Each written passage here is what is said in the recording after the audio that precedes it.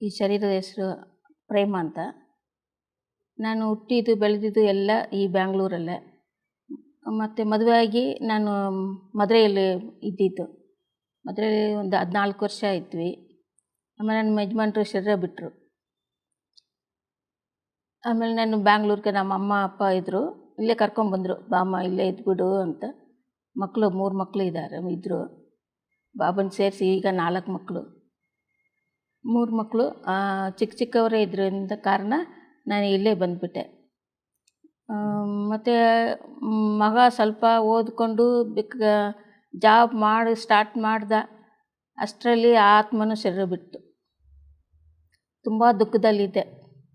ಆಮೇಲೆ ನಮ್ಮ ತಮ್ಮನ ಹೆಂಡತಿ ಅವ್ರ ಮನೆ ಕಡೆ ಚೆನ್ನೈಯಲ್ಲಿದ್ದಾರೆ. ಅವ್ರು ಹೇಳ್ತಾಯಿದ್ರು, ಈ ಥರ ಬ್ರಹ್ಮಕುಮಾರಿಸ್ಥ ಆಶ್ರಮ ತುಂಬ ಚೆನ್ನಾಗಿರುತ್ತೆ, ನೀವು ಹೋಗ್ಬಾಮ್ಮ ಅಂತ. ಸರಿ ಅಂತ ನಾನು ಸುಮ್ಮನೆ ಆಗಿಬಿಟ್ಟೆ. ಆಮೇಲೆ ಒಂದು ದಿವಸ 2006 ಅವ್ರು ಶರೀರ ಬಿಟ್ಟ. 2007 ಶಿವರಾತ್ರಿ ಅವತ್ತು ಬೆಳಗ್ಗೆ ಈ ರಾಗಿಗುಡ್ಡ ದೇವಸ್ಥಾನ ಅಂತ ಇದೆ, ಶಿವನ ದೇವಸ್ಥಾನ. ಅಲ್ಲಿ ಶಿವರಾತ್ರಿಗೆ ಹೋಗಿದ್ವಿ. ಬೆಳಗ್ಗೆ ಹೋಗಿದ್ವಿ. ಬೆಳಗ್ಗೆ ಹೋಗಿ ಅಲ್ಲಿ ಕೆಳಗೆ ಬರ್ತಾ ನಮ್ಮ ಬ್ರಹ್ಮಕುಮಾರಿಸ್ಥ ಆಶ್ರಮದಿಂದ ಒಂದು ಪಾಮ್ಲೆಟ್ ಕೊಟ್ಟರು, ಕೈಯಲ್ಲಿ ಕೊಟ್ಟರು. ಅವ್ರ ದೃಷ್ಟಿ ಕೊಡ್ತಾಯಿದ್ರು, ನೋಡಿದ್ರೆ ಚೆನ್ನಾಗಿ ಅನಿಸುತ್ತೆ ನನಗೆ. ಸರಿ ಅಂತ ಮನೆಗೆ ಬಂದುಬಿಟ್ವಿ. ಆಮೇಲೆ ಆವತ್ತೆಲ್ಲ ಶಿವರಾತ್ರಿ ಅಲ್ವಾ, ಶಿವನ ಓಂ ನಮಃ ಶಿವ ಅಂತಾನೆ ಹೇಳ್ಕೊಂಡು ತುಂಬ ದುಃಖದಲ್ಲಿ ಇದೆ. ಆಮೇಲೆ ಭಗವಂತ ನೀನು ನನಗೆ ಹೇಳಲೇಬೇಕು, ಯಾಕೆ ಈ ಥರ ಎಲ್ಲ ಆಗ್ತಾಯಿದೆ ಅಂತ ನೀನು ಹೇಳಲೇಬೇಕು ಅಂತ ತುಂಬ ಭಕ್ತಿಯಲ್ಲಿ ರಾತ್ರಿ ಎಲ್ಲ ನಿದ್ರೆನೇ ಮಾಡಲಿಲ್ಲ. ಓಂ ನಮಃ ಶಿವಾಯ ಮಾತ್ರ ಹೇಳ್ತಾ ಇದ್ದೀನಿ. ಹಂಗೆ ಮಲ್ಕೊಂಡೆ. ಆಮೇಲೆ ಹೇಳ್ತಾ ಒಂಥರ ಶರೀರನೇ ಅಶರೀರಿ ಸ್ಥಿತಿಗೆ ಬಂದುಬಿಡ್ತು. ಅಶರೀರಿ ಸ್ಥಿತಿ ಆಯಿತು. ಹಾರ್ಕೊಂಡಿದ್ದೀನಿ, ಮೇಲೆ ಹಾರ್ಕೊಂಡಿದ್ದೀನಿ. ಆಮೇಲೆ ನಾನು ಏನೇನು ಕ್ವಶ್ಚನ್ ಕೇಳ್ತೀನೋ ಅದಕ್ಕೆಲ್ಲ ಆನ್ಸರ್ ಬರ್ತಾ ಇದೆ. ಮತ್ತು ಕಾಲಚಕ್ರ ತೋರಿಸಿದ್ರು, ಅದರ ಅರ್ಥ ಏನು ಅಂತ ನನಗೆ ಆವಾಗನೂ ಗೊತ್ತಿಲ್ಲ.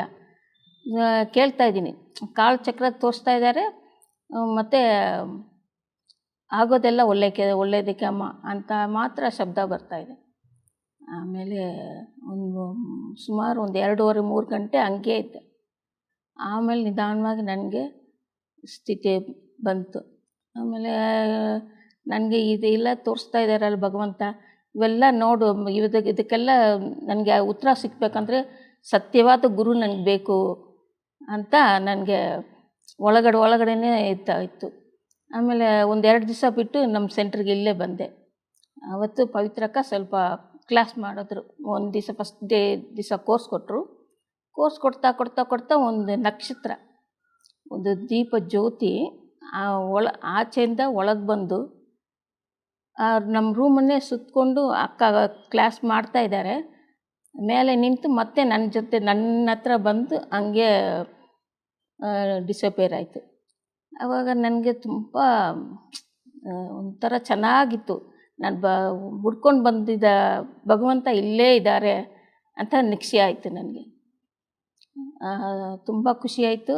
ಆಮೇಲೆ ಆವತ್ತಿಂದ ಇವತ್ತಿನವರೆಗೂ ಬಾಬಾ ನನ್ನ ಜೊತೆನೇ ಇದ್ದಾರೆ. ಆ ಮದುವೆನಲ್ಲಿ ತುಂಬ ಅನುಭವ ಮಾಡಿದೆ. ಫಸ್ಟ್ ಸತಿ ಹೋಗುವಾಗ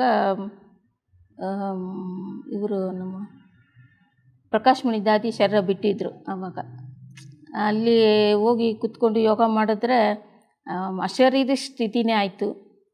ಮತ್ತು ಪಾಂಡವ ಬನ್ನಲ್ಲಿ ಹೋಗುವಾಗ ಅಲ್ಲಿನೂ ಅಷ್ಟೇ ಅಶರೀರಿ ಸ್ಥಿತಿಯಲ್ಲಿ ಹಾರ್ಕೊಂಡಿದ್ದೀನಿ. ಒಂದು ವೈಟ್ ಬೆಳಕು ನನ್ನ ಜ್ಯೋತಿಯಲ್ಲಿ ಚೆನ್ನಾಗಿ ಕಾಣಿತ್ತು. ಅದೆಲ್ಲ ತುಂಬ ಅನುಭವ ಮಾಡಿದೆ.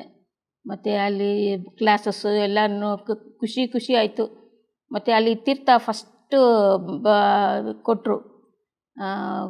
ಸದ್ಗುರುವಾರ ಬಂತು. ಅಲ್ಲಿ ಭೋಗ ಮಾಡಿಬಿಟ್ಟು ತೀರ್ಥ ಕುಡಿದ್ರೆ ಯಾವತ್ತೋ ಈ ತೀರ್ಥ ನಾನು ಕುಡ್ದಿದ್ದೀನಿ ಅಂತ ನೆನಪಾಯಿತು. ಅದೇ ಅಕ್ಕ ಹೇಳಿದ್ರು, 5 ಸಾವಿರ ವರ್ಷಕ್ಕೆ ಮುಂಚೆ ಕುಡ್ದಿದ್ದೀರಲ್ಲ, ಅದೇ ನಿಮಗೆ ಇದು ನಿಮಗಿದೆ ಅಂತ ಹೇಳಿದ್ರು. ಅದು ತುಂಬ ಖುಷಿಯಾಯಿತು. ಮತ್ತು ಯೋಗ ಮಾಡ್ತಾ ಕ್ಲಾಸ್ ಕೇಳ್ತಾ ತುಂಬ ಚೆನ್ನಾಗಿ ಖುಷಿಯಾಗಿತ್ತು. ಮತ್ತು ಬಾಬಾ ಬರೋ ದಿವಸ ಎಲ್ಲ ತುಂಬ ಅನುಭವ ಮಾಡಿದೆ.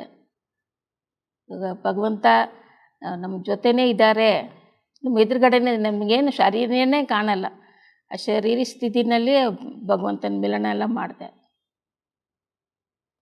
ತುಂಬ ಚೆನ್ನಾಗಿತ್ತು.